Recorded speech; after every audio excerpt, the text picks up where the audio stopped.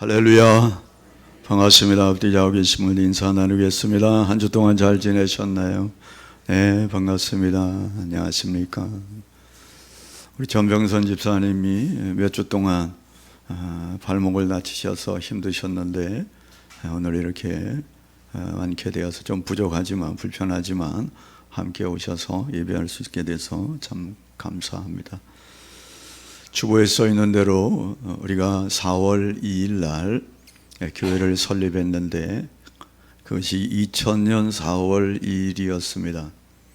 2025년 4월 2일 주일은 아니지만 우리가 첫째 주일을 맞이해서 교회 설립 25주년을 맞이해서 한번 뒤돌아보면서 하나님께 감사하고 우리가 다시 한번 하나님 앞에 우리 교회를 위해서 또 하나님의 나라를 위해서 어떻게 헌신해야 될 것인가를 다시 한번 새기는 시간 되기를 바랍니다.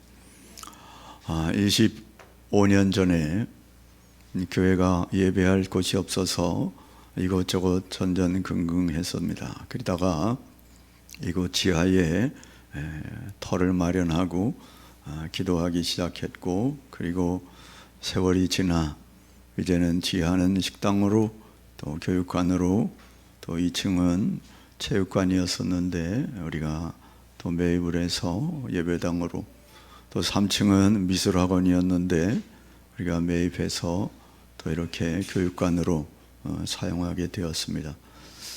이것은 전적인 하나님의 은혜가 아닐 수 없죠. 많은 개척교회들이 힘들어하고 또 문을 닫는 그런 안타까운 일들이 많은데 하나님의 은혜로 또 성도님들의 각별한 헌신으로 우리 교회가 이 건물을 이제 우리 교회로 이렇게 만들게 되었습니다. 그동안 뒤돌아보면 여러분의 헌신과 눈물과 땀에 참으로 감사를 드립니다. 하나님의 은혜와 축복이 여러분 가정과 사업과 직장과 자녀들 손에 넘치게 되기를 주의 이름으로 축복합니다. 오늘 본문의 말씀을 통해서 한번 우리 교회의 모습을 살펴보고 또 도전을 받기를 원합니다. 올 한 해 우리 교회가 하나님께 더 가까이 나아가자, 그런 큰 주제를 가지고 어떻게 하나님께 가까이 나아갈 것인가, 예배로, 그리고 섬김으로, 말씀으로, 기도로, 또 증거하면서 성도의 교제로 그렇게 하나님께 가까이 나아가자 우리가 달려가고 있는 중에 오늘은 주제의 말씀은 교제였습니다. 그런데 오늘 본문의 말씀과 또 우리 설립 기념주일과 너무나도 주제가 맞다 싶어서 그대로 이 본문의 말씀을 가지고 하나님 공동체가 바로 우리다, 우리는 하나님의 공동체입니다, 그런 제목으로 하나님의 음성을 들으려고 합니다. 오늘도 말씀을 듣는 가운데 하나님의 음성이 들려지는 복된 시간 되시기를 바랍니다. 에베소서는 이방 성도들이 이제 예수 믿어 이렇게 하나님의 백성이 되었는데 사도 바울을 통해서 에베소에 있는 교인들에게 다시 한번 아주 결속력을 부탁하고 교회를 위해서 잘 달려가기를 원해서 이 에베소서를 쓰게 되었습니다. 우리가 2장 말씀 마지막 부분을 읽었는데 이 말씀을 처음부터 끝까지 쭉 읽었으면 좋겠지만 그러면 시간도 많이 걸리고 해서 제가 19절부터 결론적인 부분을 그렇게 본문으로 정했습니다. 19절 말씀에 보면 그러므로 라고 출발하지 않습니까? 그게 무슨 말인가? 사도 바울이 11절부터 18절 그 사이에서 무슨 얘기를 했는가 하면 예수 그리스도의 십자가의 사건으로 말미암아 수평적인 관계가 회복되어졌고 그리고 수직적인 관계도 회복되어졌다. 그러므로 그런 뜻입니다. 구약시대에는 이스라엘 민족들이 자신들만 구원 얻는 백성인 줄로 알았습니다. 그래서 선민이라 선택받은 민족이다, 그런 생각을 가지고 살았습니다. 그러다 보니까 자기들 민족 외에는 장벽을 치고 그들과 교제하는 것을 꺼려했고요. 심지어는 이방인들은 지옥의 불쏘시개로밖에 쓰임받지 못한다, 그런 사관들을 가지고 있었습니다. 그런데 그것은 커다란 착각이었죠.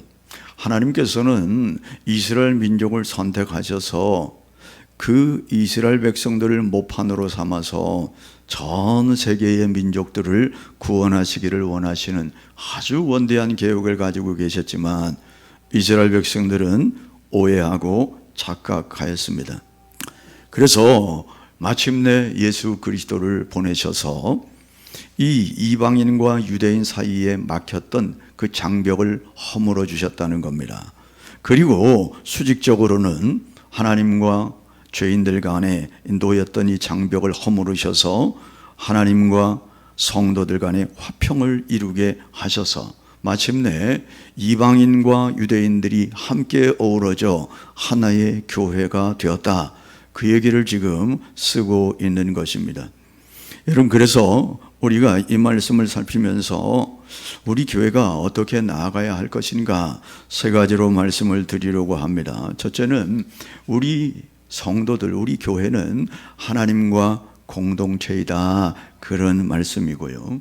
그리고 또 하나는 우리가 그리스도 안에서 함께 지어져 가야 하는 존재다. 함께 지어져 가야 된다. 거의 가장 중요한 것은 거룩이다. 이 세 가지 말씀을 드리려고 합니다. 먼저 19절 말씀 우리 함께 읽어보겠습니다. 그러므로 이제부터 너희는 외인도 아니요 나그네도 아니요 오직 성도들과 동일한 시민이요 하나님의 권속이라. 아멘. 그러므로, 이 그러므로는 조금 전에도 말씀드렸지만 예수 그리스도의 십자가의 사건으로 말미암아 그런 뜻입니다. 그러므로 예수 그리스도의 십자가의 사건으로 말미암아 구원받기 이전의 성도들이 아무런 소망이 없었는데 그리스도의 십자가의 사건으로 말미암아 주님께서 우리의 모든 담을 허심으로 말미암아 이제 유대인들과 하나가 되었고 하나님과 하나가 되게 되었다. 그 말씀을 하면서 지금 이 에베소서를 받는 이들이 이방인이었다가 그리스도인이 된 사람들 아니겠습니까?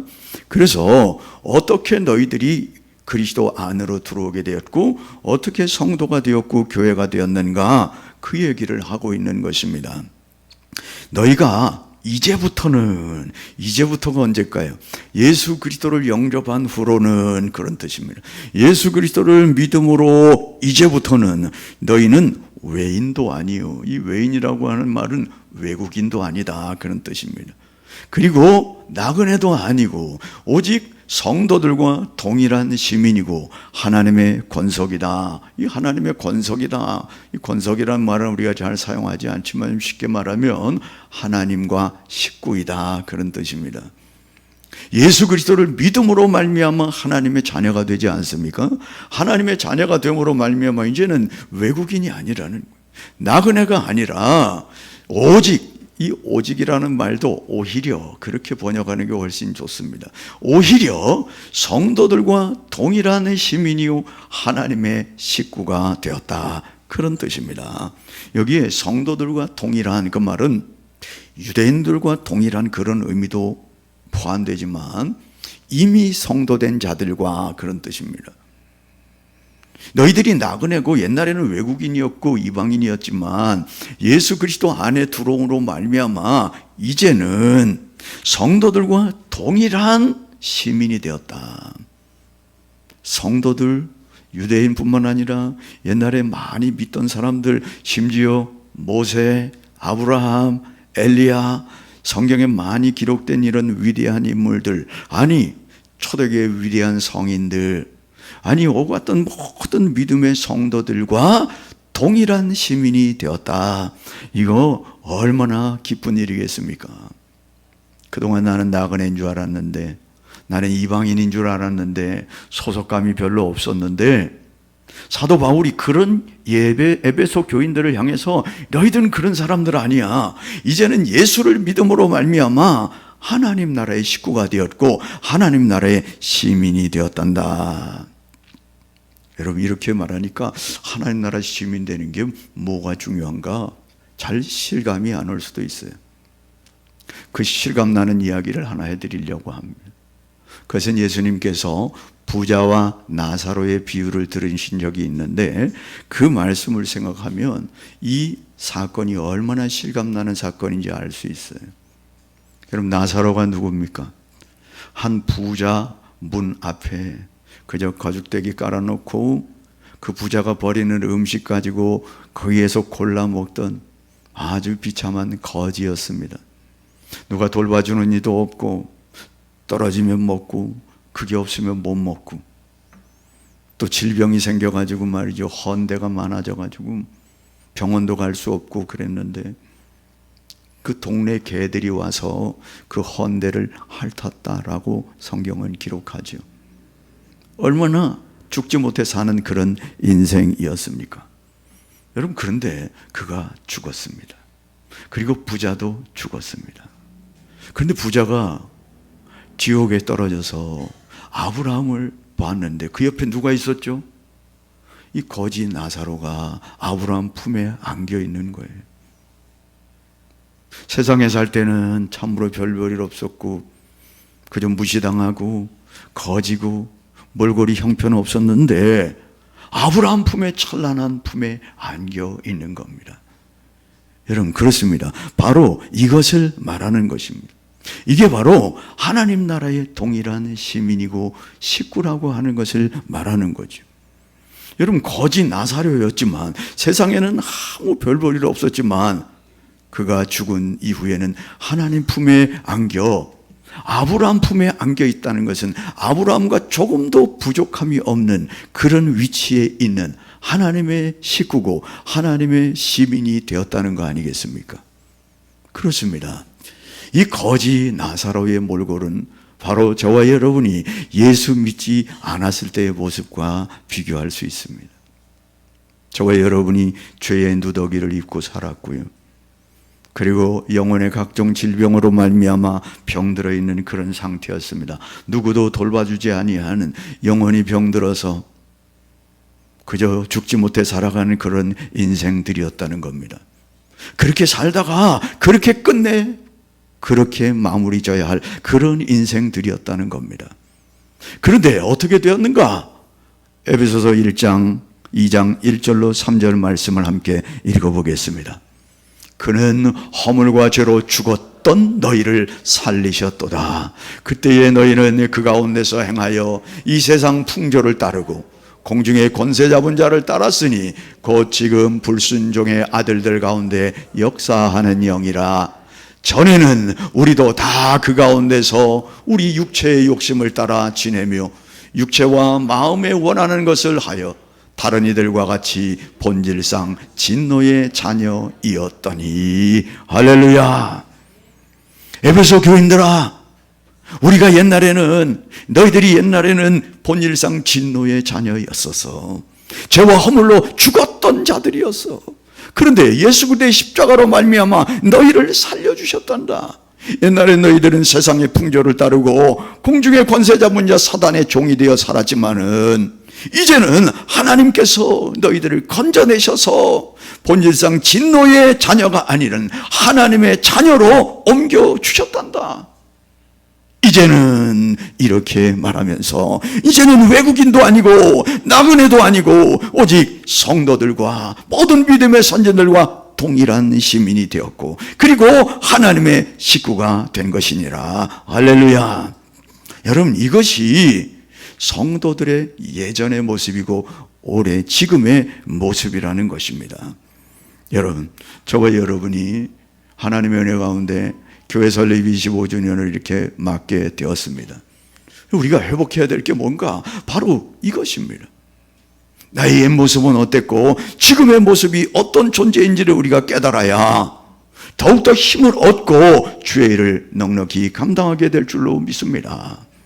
에베소 교인들이 의기소침해 있고 자신들의 정체성이 흔들리는 그런 상황 속에서 사도 바울을 통하여 얘들아, 옛날에는 그랬지만 옛날이 지금은 아니야. 지금은 완전히 뒤바뀌어서 완전히 하나님의 자녀가 되었고 하나님의 시민이 되었고 옛 성도들과 동일한 시민이 되었느니라. 감사함으로 활력 있게 하루하루를 힘있게 살아가야 한다. 저와 여러분도 다시 한번 우리의 정체성을 깨달아 저와 여러분이 그리스도와 함께 된 하나님의 시민이고 하나님의 식구라는 이 정체성을 다시금 회복하여 붙들 수 있게 되기를 바랍니다. 두 번째 드릴 말씀은 저와 여러분은 그리스도 안에서 함께 지어져 가는 존재라는 사실입니다. 21절 말씀 읽어보겠습니다. 그의 안에서 건물마다 서로 연결하여 주 안에서 성전이 되어가고. 아멘. 그의 안에서, 그가 누굽니까? 예수 그리스도 안에서 건물마다 서로 연결하여 주 안에서 성전이 되어가고. 아마도 사도 바울은 이 이야기를 할 때 예루살렘 성전을 보면서 예루살렘 성전이 어떻게 세워졌는가를 아마 생각하면서 기록했을지 모르겠습니다. 여러분, 건물마다 서로 연결하여. 감사한 것은 우리 이 본당 이 교회는 가운데 기둥이 없어서 얼마나 좋은지 몰라요. 보통 상가교회들이 중간중간에 기둥이 세워져 있어서 기둥 뒤에 숨기도 하고 기둥 뒤에 별도로 모니터를 준비해 가지고 그렇게 하기도 하는데, 여기 기둥이 없어서 얼마나 좋은지 몰라요. 옆에 지나가는 이 대들보 말이죠. 이 대들보가 옆에 있는 기둥과 연결되지 않았으면 어떻게 될까요? 그건 건물이라고 상상할 수가 없어요. 지붕을 못 얹거든요. 이 옆에 대들보가 건너가야, 가로대가 건너가야 지붕을 세우지 않습니까? 기둥이 있어야 대들보를 받치지 않습니까? 그런데 저희가 뚝 떠 있다 그러면 이 건물로서의 가치가 없는 거 아니겠습니까? 이 본문 말씀에 서로 연결하여 주의 안에서 성전이 되어가고, 아직 완성된 것은 아니지만 우리가 함께 되어가고, 그 말은 자라가고, 그런 말씀입니다. 우리 교회가 서로 연결되어 서로 주 안에서 성전이 되어가는 그런 은혜가 있게 되기를 바랍니다. 여러분, 그런데 여기에 우리가 건물을 이렇게 세워서 우리가 예배를 드리고 있는데, 옛날 성전은 어떻게 지었을까요? 요즘같이 무슨 철근 콘크리트를 비벼가지고 이렇게 거푸집에 넣어서 기둥을 세우고 그렇게 할 건 아니었을 거예요. 좋은 산의 돌들을 캐가지고 그걸 운반해 와가지고 그 돌 그대로는 사용할 수 없지 않습니까? 그래서 정으로 다 쪼아가지고 원하는 크기로 만들어가지고 붙이고 해가지고 건물을 이루어 갔겠죠. 여러분, 산에서 캐온 돌을 그대로 쓸 수는 없습니다. 정으로 다듬어야 합니다. 그럼 지금 사도 바울이 이야기하는 여기에 건물마다 서로 연결되어 성전이 되어가고, 이 되어가고라고 하는 이 말이 다듬어가고 그런 의미라는 거죠. 저와 여러분 한 사람 한 사람을 놓으면 참 훌륭한 사람일 수 있어요. 회심한 성도들이 참으로 인격도 좋고 사회적인 명망도 가지고 있을 수도 있습니다. 그러나 주 안에서 성전이 되어가고 하는 부분은 아직도 부족함을 우리가 인정해야 한다는 것이죠. 잠언서 11장 31절 말씀을 보겠습니다. 보라, 의인이라도 이 세상에서 보응을 받겠거든 하물며 악인과 죄인이리요. 여러분, 의인이라도 흠이 있다 그 말이에요. 의인이라도 흠이 있는데, 여러분, 저와 여러분이 하나님께 부름 받았다고 해서 다 온전한 사람이 아니잖아요. 우리는 되어가고 있는 사람들. 욥도 마찬가지였습니다. 여러분, 욥을 소개할 때 정직한 사람이라고 성경은 소개해요. 흠이 없는 자라고 소개합니다. 하나님을 경외하고 악에서 떠난 자라고 욥을 아주 의인으로 추켜 세웁니다. 그런데 욥의 고백이 뭔지 아십니까? 23장 10절 말씀이에요. 읽어봅니다. 그러나 내가 가는 길을 그가 아시나니 그가 나를 단련하신 후에는 내가 순금같이 되어 나오리라. 아멘. 욥도 하나님이 그렇게 추켜 세우는 사람이었지만 자신이 자기를 바라볼 때에 나 순금같이 나올 수 없는데 하나님이 나를 단련하셔서 나를 쪼아내셔서 나를 가꾸셔서 다듬으셔서 마침내 내가 정금같이 나오게 되는 거다, 그렇게 고백하죠. 여러분, 위대한 사도 바울은 아닙니까? 사도 바울도 빌립보서 3장 12절에 이렇게 말합니다. 내가 이미 얻었다 함도 아니 온전히 이루었다 함도 아니라 오직 내가 그리스도 예수께 잡힌 바 된 그것을 잡으려고 달려가노라. 아멘. 자기도 부족하다는, 나 온전한 사람 아닙니다. 나 완전한 사람 아닙니다. 나 이미 다 이루었다고, 나 그렇게 완성됐다고 말할 수 없습니다. 나는 오직 내가 그리스도 예수께 잡힌 바 된 그것을 잡으려고 그저 달려가고 있을 뿐입니다. 여러분, 어느 누구도 온전한 자들이 아닙니다. 우리 성도들, 우리야 뭐 오죽하겠습니까? 여러분, 그래서 저와 여러분이 더 많이 잘려나가야 할 부분들이 있음을 인정해야 하죠. 더 많이 깨어져야 할 부분이 있음을 우리가 인정해야 하죠. 여러분, 우리 성도들 간에 함께 신앙생활하면서 때로 부딪힘이 있습니다. 어제도 어떤 분이 상처 입어서, 아니 무슨 이유인지 모르지만 교회 나오지 않고 있는 한 분을 찾아간다고 저에게 연락이 왔어요. 같이 밥도 먹고 그리고 사우나도 가기로 했다네요. 너무 잘하신다고, 참 좋은 일 있길 바란다고, 제가 뒤에서 기도하겠다고 그렇게 격려했습니다. 여러분, 우리가 성도인데 말이죠, 서로 부딪힘이 있어요. 그래서 상처를 입어요. 아니 성도가 어떻게 이럴 수 있을까? 아니 직분자가 어떻게 이럴 수 있을까?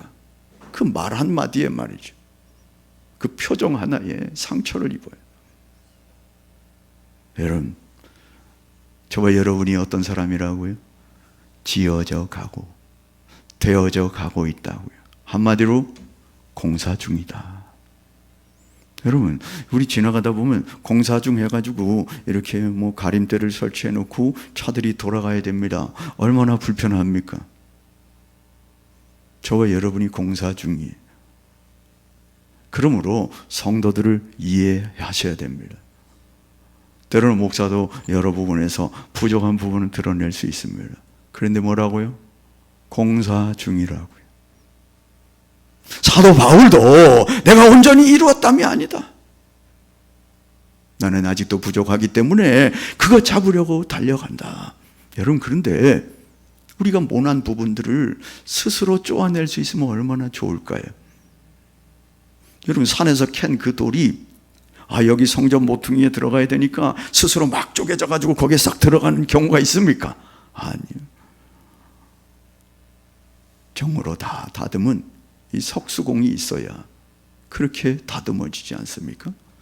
그게 누군가? 바로 성령 하나님인 줄로 믿습니다. 그렇습니다. 오늘도 하나님은 말씀을 보내사 우리를 고치시고 위험한 지경에서 우리를 건지신다고 시편 107편 20절에서 말씀하시죠. 말씀을 보내셔서 우리를 다듬습니다. 나 이런 부분 부족했구나.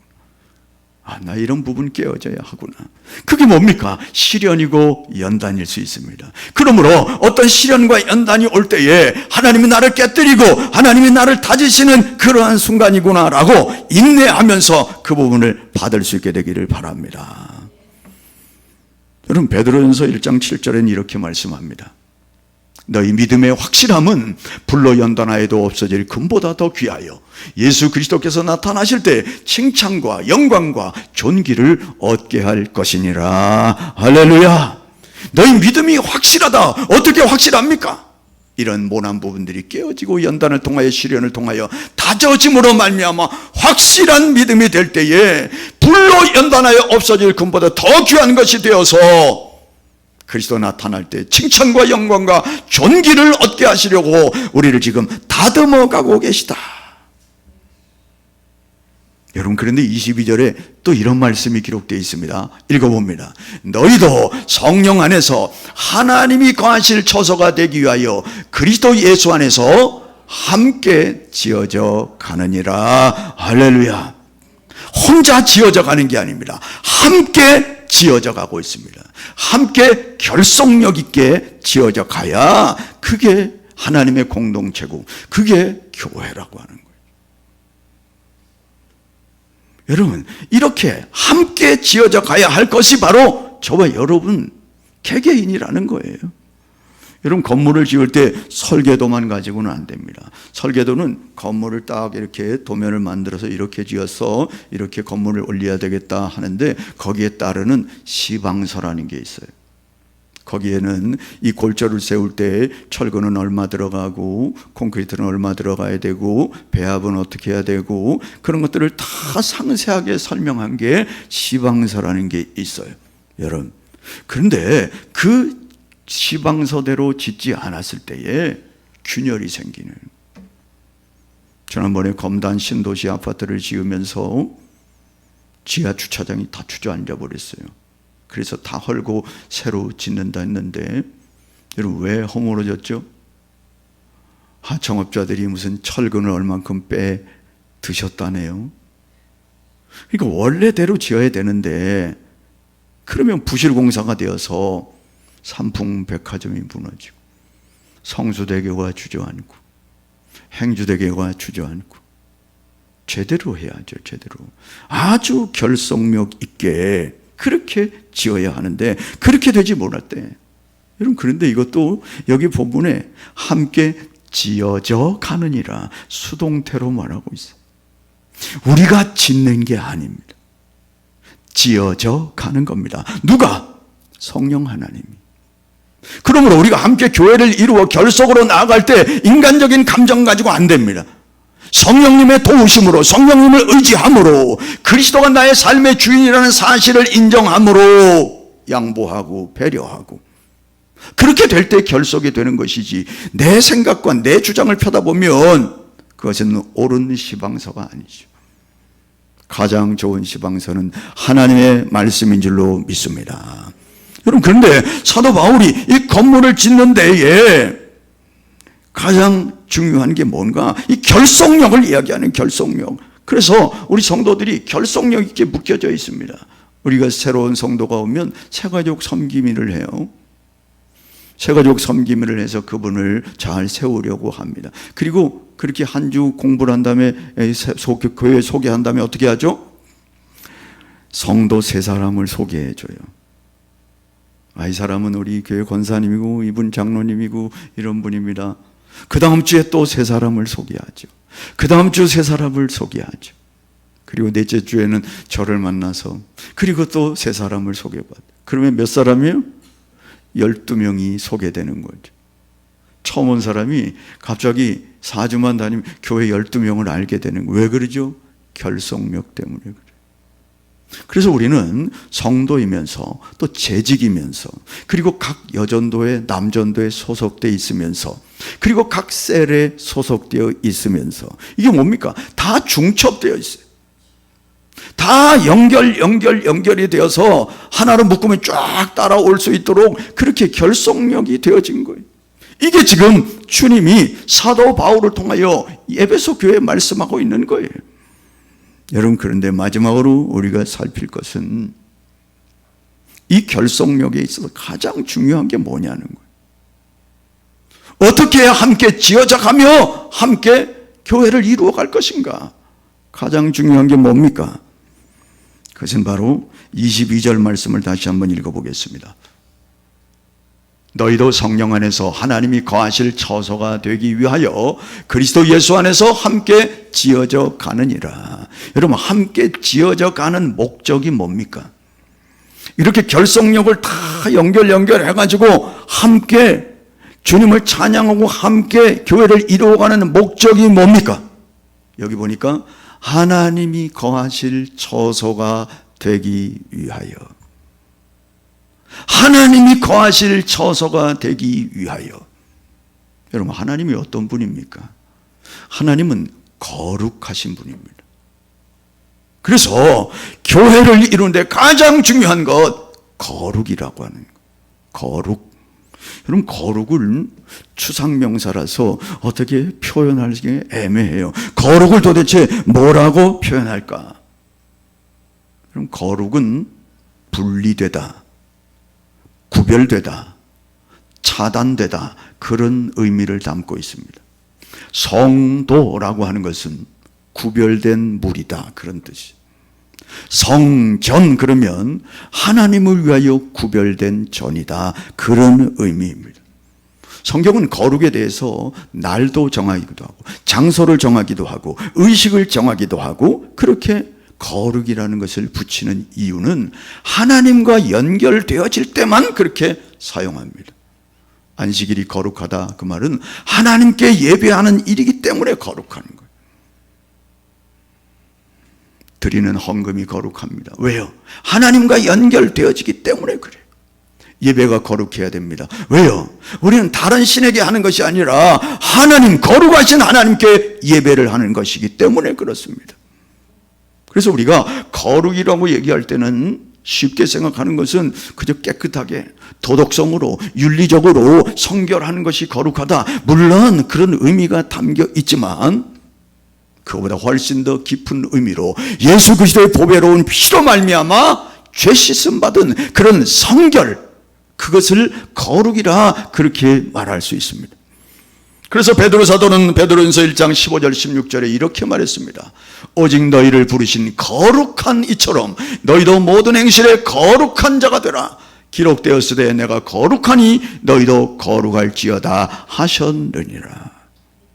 하나님이 자신이 거룩하니까 너희도 거룩해라 이렇게 말씀하셨다는 거예요. 기록되었으되 이 말은요, 레위기 19장 2절 말씀을 말합니다. 레위기 19장 2절은 너희는 거룩하라. 이는 나 여호와 너희 하나님이 거룩함이니라. 아멘. 하나님이 거룩하기 때문에 교회 생명력도 거룩해야 생명력이 더욱더 폭발적으로 일어난다는 거예요. 그렇습니다. 우리가 거룩해야 돼요. 여러분, 교회가 어떤 곳입니까? 어떤 죄인도 용납하는 곳이 바로 교회입니다. 여러분, 그런데 착각하면 안 돼요. 어떤 죄인도 용납하기 때문에 누구도 와도 좋지만 그 죄를 부끄러워할 줄 모르고 화인 맞은 양심으로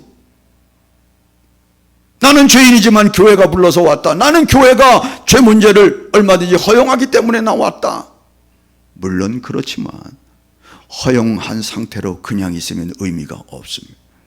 교회 안에 들어왔다면 마음껏 죄를 지어도 상관없는 그런 존재가 아니라 교회에 들어왔다면 말씀을 받고 예수 그리스도의 보배로운 피로 죄 씻음을 받고 회개하고 거룩하게 되는 곳, 거룩하게 만드는 곳이 바로 교회라고 하는 거예요. 죄인이 들어올 수는 있습니다. 그러나 그런 모습으로 여전히 존재한다면 교회가 거룩을 상실한 교회라고 말할 수 있어요. 죄인으로 들어왔지만 일단 발을 들여놓았지만 이제는 거룩으로 날마다 되어져 가야 되는 삶이 있어야 하는 것이죠. 어떻게 거룩해지는 얼만큼? 솔로몬의 고백을 한번 보겠습니다. 열왕기상 왕상 8장 27절 말씀이에요. 하나님이 참으로 땅에 거하시리이까 하늘과 하늘들의 하늘이라도 주를 용납하지 못하겠거든 하물며 내가 건축한 이 성전이오리이까. 솔로몬이 성전을 건축했는데요, 어마어마하게 지었습니다. 금을 다 입히고요, 정말 휘황찬란하게 지었어요. 세상 사람들이 깜짝 놀랄 만큼 화려하게 아주 웅장하게 지었습니다. 그런데 솔로몬이 이 고백이 뭡니까? 아무리 우리가 이렇게 찬란하게 지었다 한들 하나님, 거룩하신 하나님을 모시기에는 너무나 부족합니다. 그런 뜻이죠. 하물며 저와 여러분 드리겠습니까? 여러분, 우리가 교회 안에서 모임과 회합이 중요합니다. 그러나 그 안에 예수 그리스도가 없으면 아무 의미가 없다는, 날마다 거룩을 쫓아가야 하죠. 한번 말씀드린 적이 있지만 어떤 교회가 교회의 결속력을 좋게 하기 위해서 동호회를 만들었습니다. 축구회도 만들고 테니스회도 만들고 색스폰회도 만들고, 그래가지고 동아리로 모여가지고 그렇게 색스폰 연습도 하고 등산도 가고 여러 동호회를 했습니다. 등산 가면 어떡하죠? 여기서만 하지 않잖아요. 모여가지고 산에 올라가야 돼요. 그리고 테니스 친 다음에 씻고 또 식사를 해야 돼요. 그러다 보면 점점 좋아지겠거니 웬걸, 우리 나왔는데 한잔 합시다. 아니, 그런 거 하다가 말이죠, 서로 다툼이 생기고 말이죠. 네가 잘했니 어쩌니, 점수가 어떠니 어쩌니 하다가 싸움박질이 일어나고, 그래가지고 동호회가 깨지니까 한 사람 안 나오니 교회 싹 빠지는 거예요. 여러분, 교회는 동호회 운동이 아니에요. 예수 그리스도가 없으면 아무 의미가 없습니다. 예수 그리스도의 거룩을 준비하고 거룩 속에서 결속이 되어질 때 교회가 생명력이 있는 것이죠. 여러분, 교회가 많은 게 중요한 게 아니에요. 아유, 목사님 적으니까 그런 얘기 하실지 모르는데, 물론 그럴 수도 있지만, 여러분, 많으면 뭐합니까? 그저 한 번 예배 드리면 싹 흩어져 버리는, 아무 의미 없어요. 여러분, 대형 교회가 주일날 식사 봉사자가 없어가지고 사람을 사서 한다는 사실, 사람을 사서 쓰다 보니까 매식을 해야 돼요. 돈을 받아야 돼요. 그래서 한 끼에 어떤 교회는 3,000원, 어떤 교회는 2,000원. 그거 받아가지고 물론 구제하고 여러 방면으로 좋은 분으로 쓴다, 좋은 병을 쓴다, 물론 좋은 일이지만, 이런 사람 많으면 뭐합니까? 봉사자가 없는데. 오늘도 아침에 보니까 말이죠, 이훈 집사님이 막 호수를 둘둘둘 말아가지고 공구를 가지고 왔어요. 왜? 지금 교회 뭐 또 나름대로 공사하겠다고. 재직해서 이거 부족합니다, 좀 해주세요 그랬더니 잔뜩 싸질머지고 왔네요. 여러분, 교회는 그래야 되는 것이지, 나는 상관없다. 여러분, 교회 발을 들여놨으면 결속력이 되도록 그 구성원에 들어가야 하고, 그리고 그 안에서 봉사도 하고 헌신도 하고, 그래야 교회가 이루어지는 거 아니겠습니까?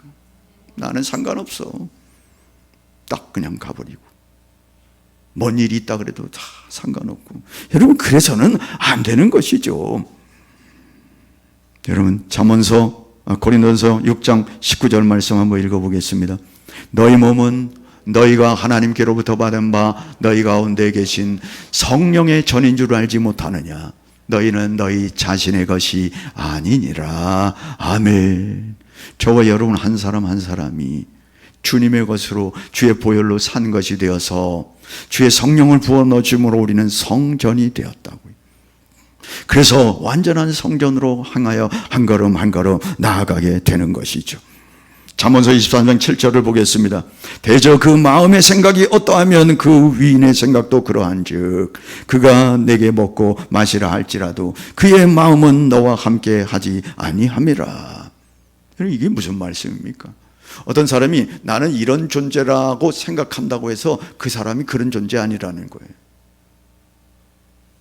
그러면 그 사람이 그런 생각의 존재가 되려면 어떻게 될까요? 날마다 그 생각을 가지고 살아가야 돼요. 나는 이런 사람이 되겠다. 나는 겸손한 사람이 되겠다. 나는 봉사하는 사람이 되겠다. 나는 헌신하는 사람이 되겠다. 나는 헌신한 사람이다가 아니라 그런 생각을 자꾸 하면서 그 삶을 살아갈 때 그가 봉사자가 되고 헌신자가 되고 사역자가 되고 제자가 되는 것이지. 여러분, 그래서 사도 바울이 11절 우리가 읽지는 않은데 11절 시작을 뭐라 그러냐면 그러므로 생각하라. 여러분, 그렇습니다. 저와 여러분이 생각해야 될 게 뭔가? 우리 교회가 저 지하에서 시작했는데 오늘 이렇게 건물을 다 사가지고 우리 교회가 건물이 되었다. 그거 교회의 본질이 아닙니다. 교회의 본질은 예수 믿는 사람들의 모임이 교회의 본질이에요. 그 안에 거룩이 담겨있는 그 성도들의 모임이 교회라고 하는 거예요. 그러므로 저와 여러분이 예수를 믿기 전과 예수를 믿은 후가 무언가 변해졌는가를 한번 돌아봐야 돼요. 25년이 지났는데 여전히 그 자리다? 심각한 문제죠. 주일날 한 번 오는 것으로 끝나는 것이 아니라, 한 번 반성하고 회개하는 것으로 끝나는 것이 아니라, 나는 점차 어떻게 변화되고 있는가? 어디서 제일 잘할까요? 가정에서 제일 잘 알아요. 교회 갔다 오자면 성경에서 툭 던져놓고 벌써 불평불만하기 시작하고, 그리고 서로 다투기 시작하고, 그 자녀들이 뭐라 그럴 거예요? 왜들 교회 갔다 왔나? 아니, 교회 왜 갔다 왔을까? 아유, 저런 교회 내가 왜 나갈까? 아니, 뭔가 다녀왔으면 어제보다 오늘이 좀 변화되어지고 오늘보다 내일이 뭔가 좀 달라지는 그런 모습이 보여야 되지 않겠습니까? 여러분, 말씀을 정리하려고 합니다. 우리 교회가 25주년 됐는데 모든 게 하나님의 은혜였습니다.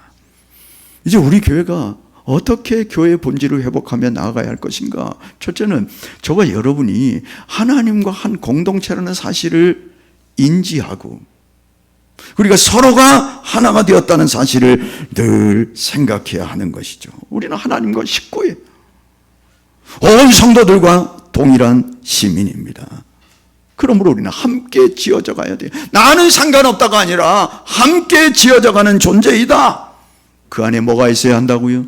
거룩이 있어야 한다고요. 예수 그리스도의 보배로운 피, 하나님의 거룩한 성품, 그것이 우리 안에 들어와 있을 때 참으로 교회의 본질을 회복하고 하나님이 그 교회를 찬란하게 사용하게 되실 줄로 믿습니다. 찬양하겠습니다.